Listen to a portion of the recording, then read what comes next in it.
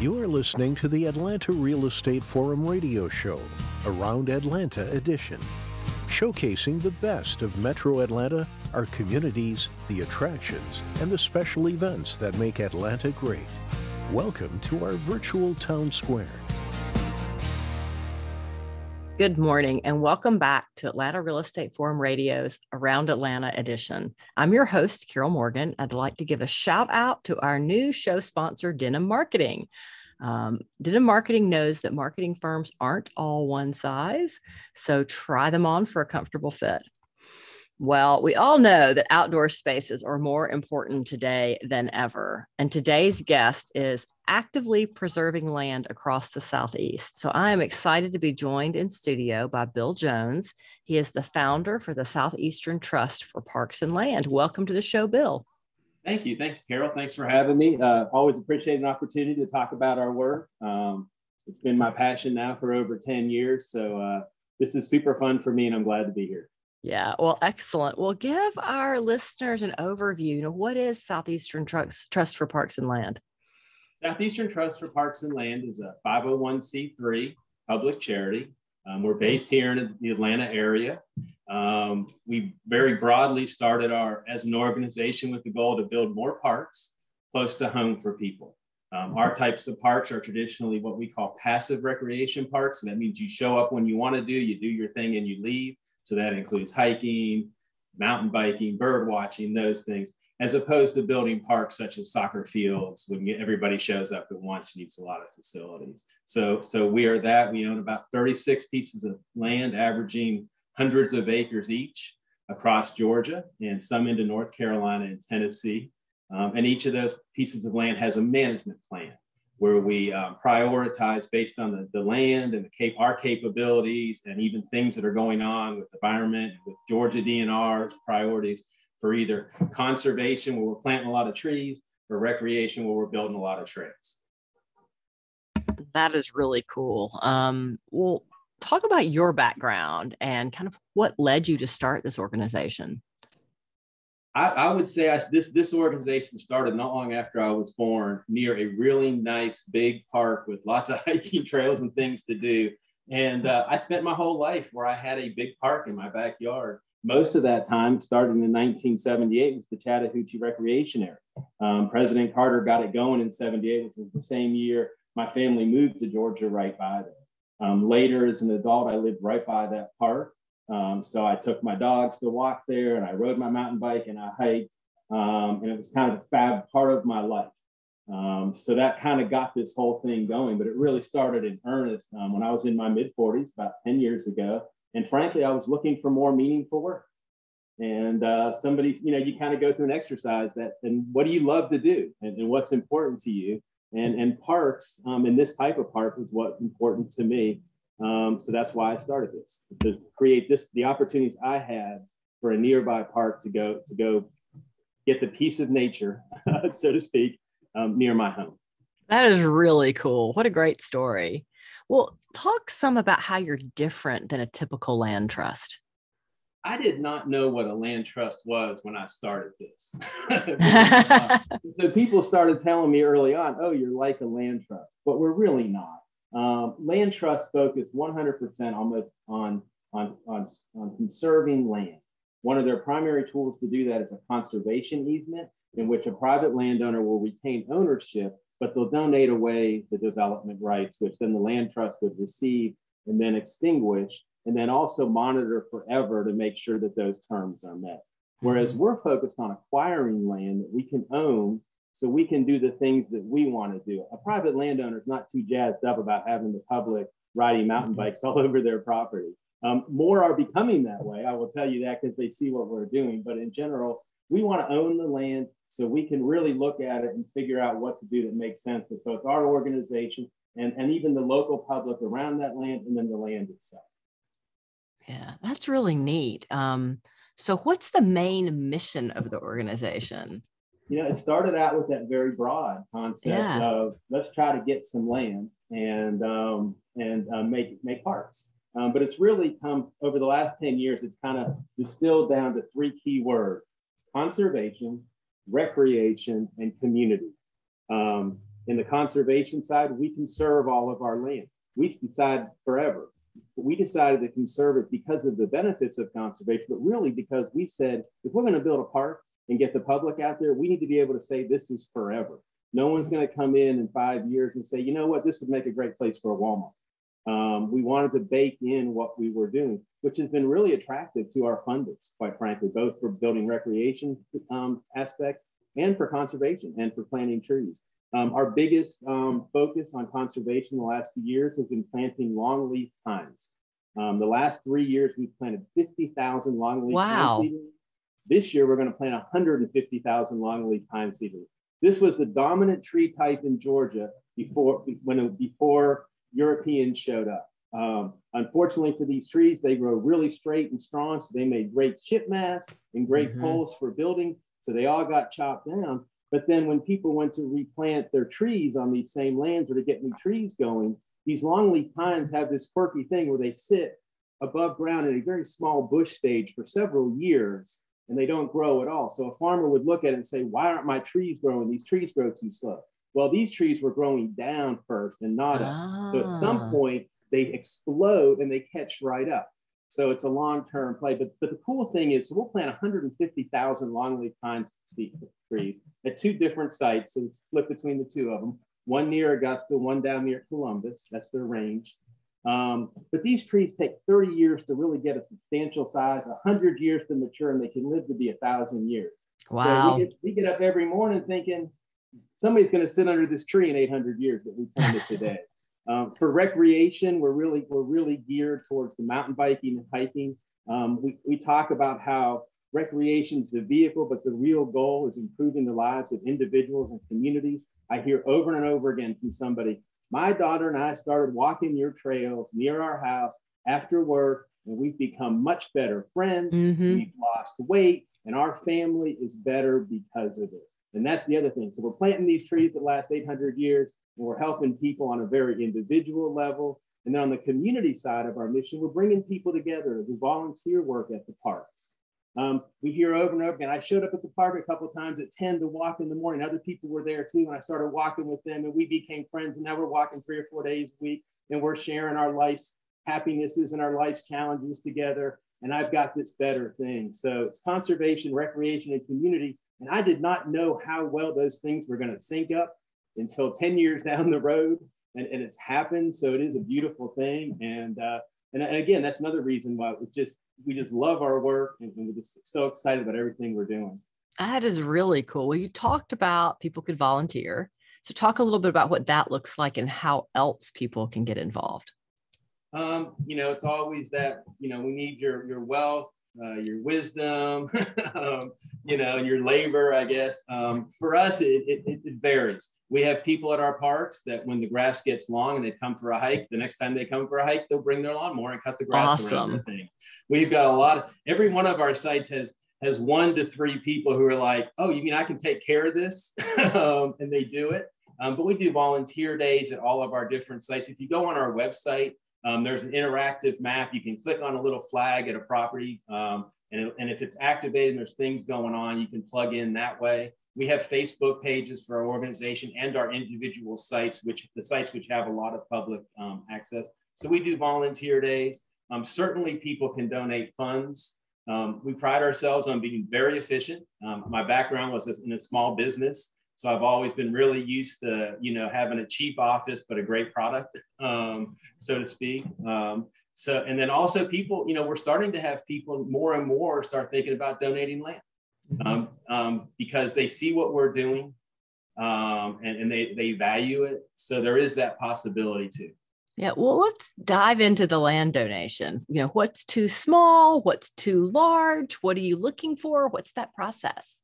Our biggest property we've had is 3,000 acres, which we ended up donating to a university. And it's now a really active research site that people come from other places in the country to visit for this type of environment.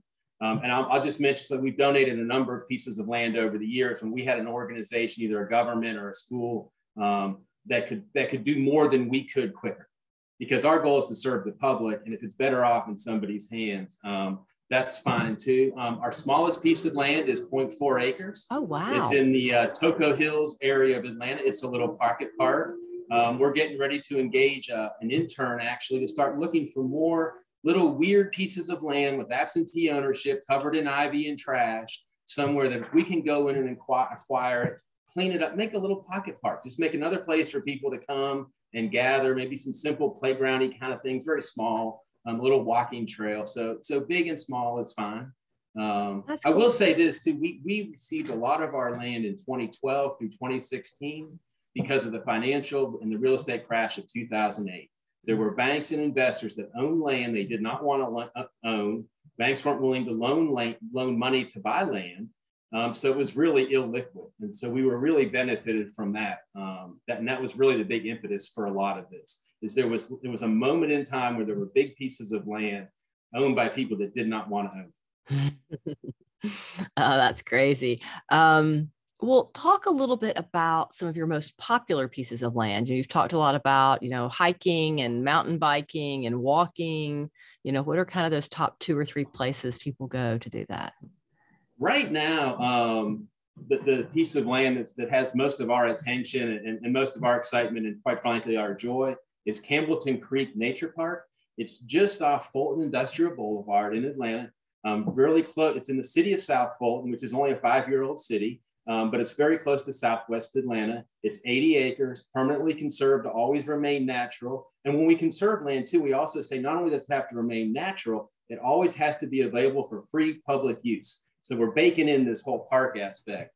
About a year ago, really April of last year, we broke ground at Campbellton Creek Nature Park. We put out notice to the local community, hey, come help. We talked to the city of South Fulton, come help. We had 3 key individuals from within the community that showed up all of a sudden. And the bottom line is our first volunteer work day, we had 60 people from the community there. And the first thing we had to do was start cleaning up all the trash that had been on this piece of land that the previous owners had just ignored.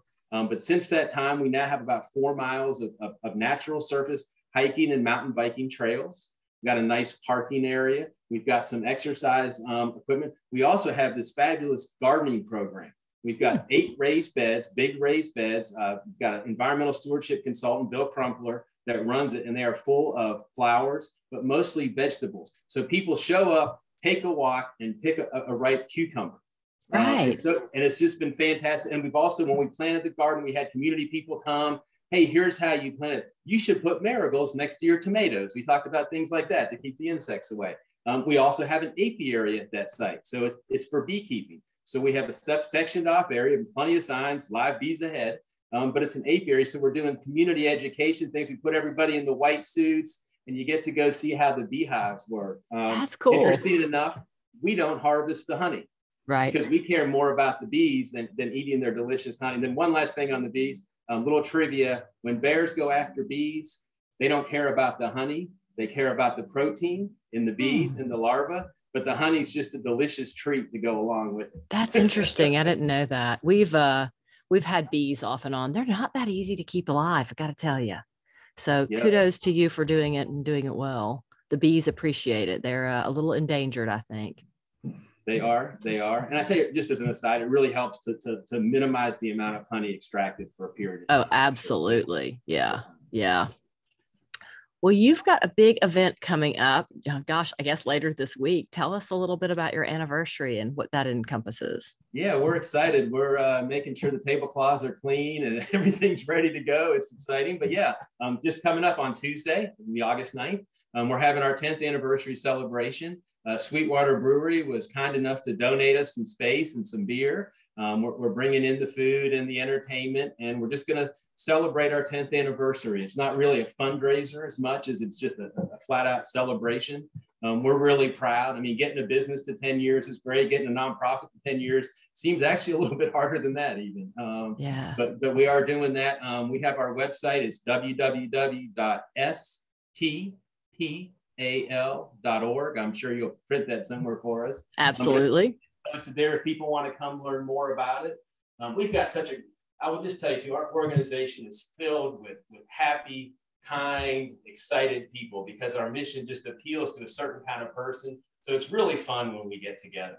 Oh, that's awesome. Well, talk about what else you have going on. What are you looking forward to for the rest of this year or early next? We're kind of on a track where we're just building parks and planting trees. We have added staff. I was the sole employee with occasional part-time people here and there until just really May. And we kind of had thought all along that we get to a certain point when it was time to get staff, and we would do it, and we were at that point. So yeah, we're just building more parks. We've got about 6 projects lined up. We've got 7 active park building projects. Wow. Most of them are all like well into their first, second, or third phases. For instance, we have 750 acres north of Asheville that we've been building the park now for years. And we've got miles of hiking trails. We've got bouldering things. We've got multiple little simple parking areas. So a lot of things are just ongoing, but it's really just planting trees and building trails, and then just engaging the community, just finding ways to bring people together. That's awesome. Well, obviously y'all are doing a great job of planting trees and building trails and bringing people together. And you must be doing a pretty good job of fundraising too. So talk a little bit about, do you have some corporate sponsors you want to give a shout out to? Do you have a program for corporate sponsors? How can people support what you're doing? We have, we've been so efficient. We have not been that great of a fundraiser. I hate to admit that here, but that's been the reality of it. Part of we've been fortunate though, and I'll be honest that we've had pieces of land that were 500 acres given to us, and had people come to us and said, we will give you $500,000 for this 10 acres of road frontage. And we say, you know what, let's do that. Let's take, this very small percentage of this 2% of the land, capture $500,000. Every one of the pieces of land we've sold like that have gone into affordable housing projects. Oh, that's awesome. Feels good for the community. So we've kind of self-funded, but now we feel like we have transcended doing that, and we're just out fundraising. And again, we've really modeled. I have to tell you, at first, I would say to people, I need some money to build a park. And they said, well, you haven't built a park. So, yeah.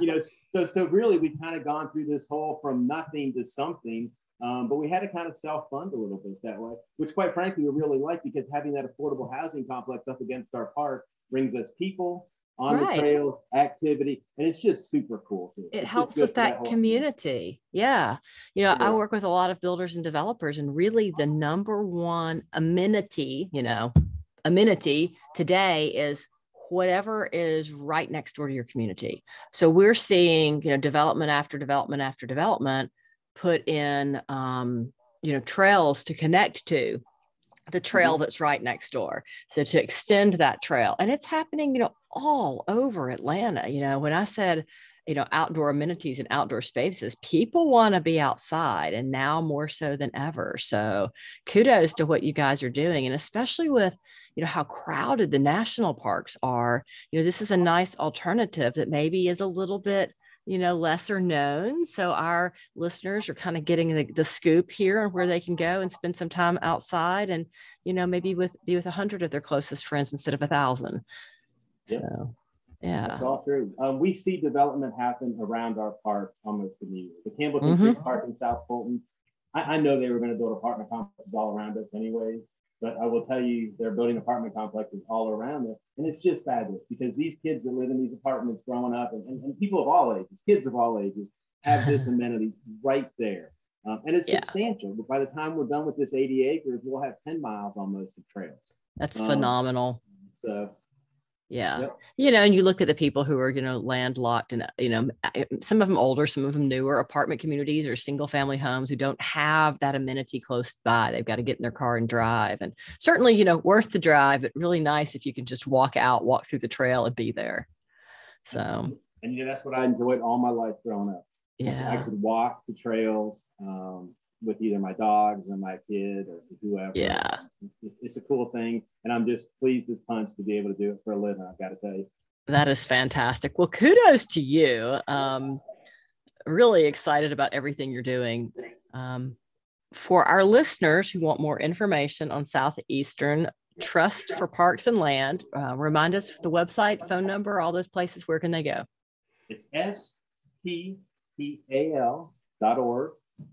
And really the easiest thing, if you search on Facebook, Southeastern Trust for Parks and Land, Southeastern all written up, that's our best place to look, because it's a super active Facebook page. I'm always, when I point people to it, I usually get some sort of callback of, wow.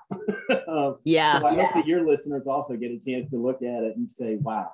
And we'll see. Excellent. Well, this wraps up this week's Atlanta Real Estate Forum Radio's Around Atlanta edition. I'd like to thank Bill Jones, founder of Southeastern Trust for Parks and Land, for joining me in studio today. On behalf of our show sponsor, Denim Marketing, I'm Carol Morgan, your host. I'd like to thank everyone for tuning in. If you enjoyed today's show, there's lots of opportunities to follow and interact with Atlanta Real Estate Forum and Atlanta Real Estate Forum Radio. You can follow us on Facebook. You can sign up for our newsletter at atlantarealestateforum.com. And of course, you're welcome to continue this conversation by listening to our podcast for free on iTunes, Stitcher, or Spotify. Thank you for listening, and I look forward to seeing you right here for our next episode. Atlanta Real Estate Forum Radio is made possible by Denim Marketing, the publisher of Atlanta Real Estate Forum, Atlanta's favorite source for real estate and home building news. Denim Marketing is a comfortable fit, like your favorite pair of jeans. Denim Marketing tailors marketing strategies to meet your specific needs and niche. Try them on for size. They will work to create a perfect fit for your company's marketing program. Call them at 770-383-3360 or send an email to info@denimmarketing.com. For more information on Atlanta Real Estate Forum Radio or to inquire about being a guest, contact info@atlantarealestateforum.com. Check out the radio show by visiting atlantarealestateforum.com or by listening to the show on your favorite podcast app. And if you enjoyed today's broadcast, we'd sure appreciate a rating and review on iTunes. Thank you again for listening, and we'll see you next time on Atlanta Real Estate Forum Radio.